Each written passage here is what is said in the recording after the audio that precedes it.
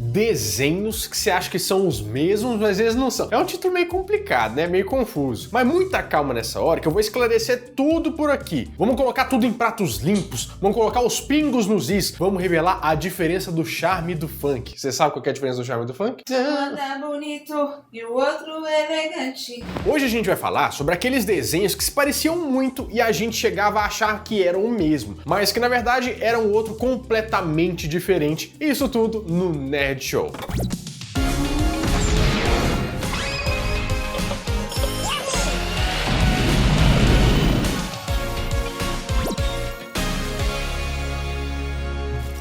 Fala, meus queridos amigos, como estão vocês? Vocês estão bom, né? A verdade é que criança tem até uma boa memória, né? Ainda mais aquelas crianças prodígio, chata pra caramba. Assim, você sabia que não sei o que. Menino, vai aspirar uma casa aí. Até esses ficavam confusos com alguns desenhos que passavam na TV, seja por causa do traço ou da história. A gente ficava até na dúvida se era o mesmo desenho ou ia ver alguma coisa repetida. Mas já que era o desenho que a gente tinha, né? Deixa pra lá e vamos só assistir esse negócio aí, então. Então fica aqui comigo, porque hoje você vai entender quem que é filho de Chico e quem que é filho de Francisco no Nerd Show. Então vambora! Por acaso você lembra do desenho do Picolino?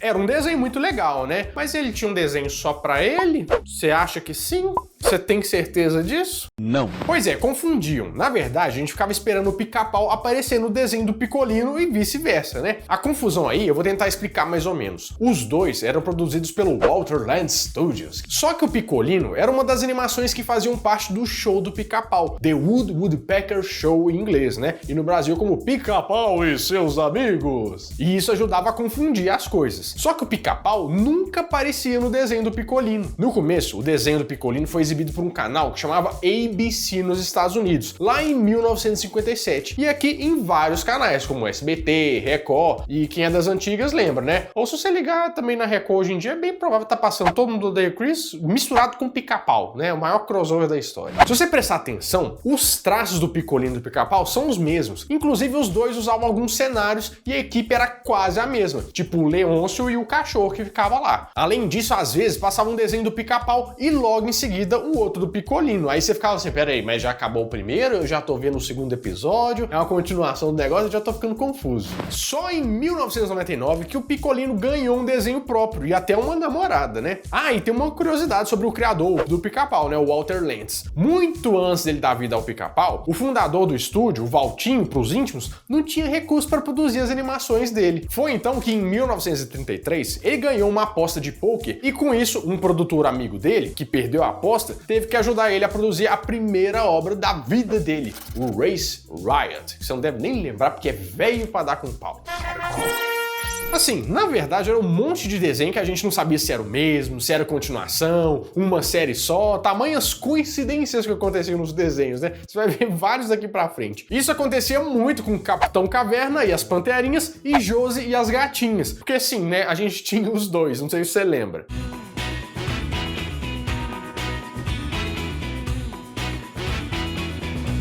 Quando passava o Josie e as Gatinhas, muita gente pensava, uai menino, mas cadê o Capitão Caverna? E por que o Fred do Scooby-Doo tá aqui? Você aceita um lanche, um café? Que senta aí, menino. E eles ainda tinham algumas semelhanças, né? Começando pelo nome. Panterinhas, gatinhas, a classe dos felinos ali, do gênero Felinata, que a gente estudou muito na escola, que dá uns nomes assim, felinos máximos. Tinha uma loira, uma morena e uma ruiva, e eles resolviam mistérios. Eles salvavam o mundo, essas coisas todas, né? E era produzido pelo mesmo estúdio. Aí também ia ficar bem fácil. Pra mim era tudo uma coisa só. Josie e as Gatinhas foi a série animada que passou aqui no Brasil na década de 70, 80 e 90 em alguns canais, né? Alguns vários, quase todos. E o nome original do desenho era Josie and the Pussycats. Ele foi produzido após o sucesso de The Arks, que aqui era chamado como A Turma do Ark. Era um desenho de uma banda que resolvia mistérios. Nada novo e talvez por isso que contou apenas com uma temporada de 12 episódios. A série foi produzida pela Hanna-Barbera e foi baseada na história em quadrinhos com o mesmo nome, em 1970. A ideia era fazer alguma coisa que parecesse com o The Arks, mas não teve o mesmo sucesso. Agora você vai lá e me pergunta, como que alguém conseguia confundir as Panterinhas do Capitão Caverna com as Josies das Gatinhas e tudo mais, né? Eu vou te responder. Josie e as Gatinhas teve tão pouco episódio que ele só passava voltava de vez em quando. As Panterinhas tiveram mais episódios e mais repercussão. Parecia mais uma parte 2 ou uma evolução, né? Até porque o traço do desenho era muito parecido em todos os desenhos lá do Hanna-Barbera. E o Captain Caveman and the Teen Angels no original foi produzida pela Hanna-Barbera entre os anos de 77 e 80. E por aqui passou até um dia desses aí no SBT, nas manhãs de sábado. E a história eu acho que você lembra, se for mais novo, não. Mas as Panterinhas acordam o Capitão Caverna, que é uma espécie de bola de pelos ancestral do Homo sapiens que voa. Tem um dinossauro dentro do pelo, uma clave fala, Min gosta, Min vai fazer, Min te ama, e... Capitão Caverna! E do nada eles se juntam pra quê? Pra resolver mistérios, né? Se você falar que esses dois não parecem, assim, você é no mínimo clubista, né? Porque você não tem Jesus no coração. Outra leva de desenhos parecidos eram os de mistérios, estilo Scooby-Doo. Assim, praticamente todos dos anos 60, 70, 80, 90 e vai até hoje. O que mais tinha era uma galerinha descolada, com um doidão, um animal, um membro inteligente e um fortão e tinha uma bonitona lá também. Mas o que a gente tá falando aqui que parece dessa vez são dois. Goober e os Caçadores de Fantasmas e o Fantasminha Legal. Nossa, agora a gente foi longe. Você vai ter que falar assim, ó, vovó, vem cá pra ver se você lembra desses desenhos aqui. Mas olha só as semelhanças. Esses dois eram compostos por 3 personagens humanos, um cachorro e eles mexiam com o sobrenatural. Os dois desenhos tinham um cachorro, um grandão, uma menina bonita e mais um cara. A diferença aqui é que o desenho do Fantasminha Legal tinha um fantasminha legal, né? Assim, só porque, né, senão era clickbait. E a história era a seguinte, ó. O Hugo, o Silvio, a Alice e o Bulldog Elmo entraram em uma casa velha e mexeram num relógio antigo. De lá saiu o fantasma Jonathan Wellington Mandamore e o gato dele, o Boo, né, que estavam presos no relógio desde a Guerra Revolucionária dos Estados Unidos, quando foi onde eles faleceram. Para agradecer, os dois fantasmas começaram a ajudar eles nos casos de mistério, porque assim, ninguém melhor do que um cara que tá em campo ali para fazer esse negócio. O desenho foi produzido pela Hanna-Barbera em 1971 e o Fantasminha Legal teve 16 episódios e por aqui foi exibido nas décadas seguintes depois disso aí, né? Já o Goober foi produzido, adivinha por quem? Isso mesmo, é a Hanna-Barbera. 2 anos depois, em 1973, e contou com 16 episódios. Coincidência? Claro, né, gente? Não é possível.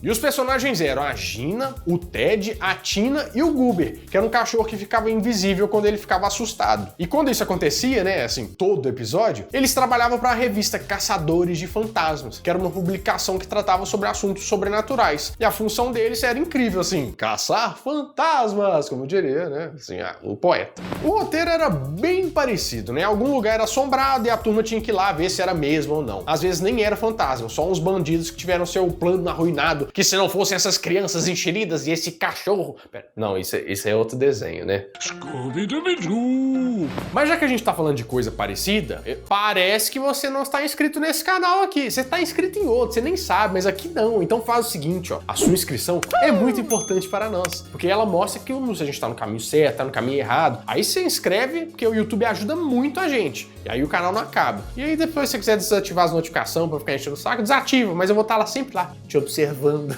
Vem cá que tem vídeo novo. Esses dois que a gente vai falar agora eram tipo um Scooby-Doo misturado com automobilismo, mas que confundia de acordo mesmo. Adivinha quem que produzia, né? William Hanna e Joseph Barbera. Era a Sony, mentira, é dos estúdios Hanna-Barbera. Eu acho que esses dois malucos pensavam o seguinte na reunião de briefing deles lá. Então, meu querido amigo William, vamos fazer um desenho novo? Eu tô pensando aqui. Vamos fazer um desenho. A gente coloca uma mina, uns caras, um cachorro anormal pra resolver uns mistérios. Não, mas a gente já fez isso, a gente tem que ter uma coisa diferente. Ah, então beleza, então vamos pôr uns carros turbinados e tá tudo de boa. Nascia a franquia Velozes e Furiosos 27, né? Na verdade, nasceu o Speed Bug, um desenho que tratava das aventuras de Deb, Tinker, que era piloto e mecânico, né? E do Mark. Entre uma corridinha e outra, adivinha o que eles faziam? Resolviam mistérios misteriosos que ninguém nunca imaginava quem que era o responsável. O desenho estreou em 1973 e teve 16 episódios. Por aqui chegou no final dos anos 70 e foi exibido, reexibido, reexibido, mais exibido exibido até meados da década de 90. Poxa, mas aí não vai querer que a galera confunda um com o outro só porque o Speed Bug não tinha cachorro? Mas não era o único com carros e mistérios que tinha, né, meu filho? Porque tinha mais um desenho pra confundir a gente, o Clue Club. O Clue Club tinha uma história mais original. Era um grupo de garotos que tinham um carro legal e resolviam mistérios. Só que ao invés de um cachorro, eram 2 cachorros. Olha só que... uma ideia genial mesmo. O desenho girava em torno de jovens detetives que fundaram o Clue Club. Eram o Larry, o Dedé, Didi e Dorinha, que faziam o quê? Adivinha, né? Resolviam mistérios com a ajuda de 2 dogs falantes, o Bob e o Sherlockão, entendeu? Sherlockão. Ah, meu Deus, é feito pra tiozão mesmo esse desenho. Aí tinha a Dorinha que ficava em casa procurando as informações no mini computador e com testes policiais. Toda uma estrutura por trás da operação, né? O Clue Club foi exibido em 1976 na ABC, quando o Scooby-Doo mudou de emissora e eles precisavam de alguma coisa nova. Uma novidade, né? Alguma coisa nunca pensada. Vamos colocar 2 cachorro então, que aí vai fazer um sucesso danado. Por aqui chegou no Brasil pouco tempo depois, sendo reprisado por anos e anos e mais anos. Mas assim, só parênteses, agora é sério, né? Onde que estavam os pais dessa galera? Porque eles enfrentavam todo tipo de gente ruim, sem arma, só com cachorro, e resolver as paradas tudo. Aí a polícia só chegava no final pra tirar a máscara e falar assim, olha só, se não eram os 2 Joe e não sei o que, bolachas, vamos levar eles pra prisão e tá tudo certo. Esses meninos tudo resolvendo mistério e você aí não consegue lavar uma louça. É complicado.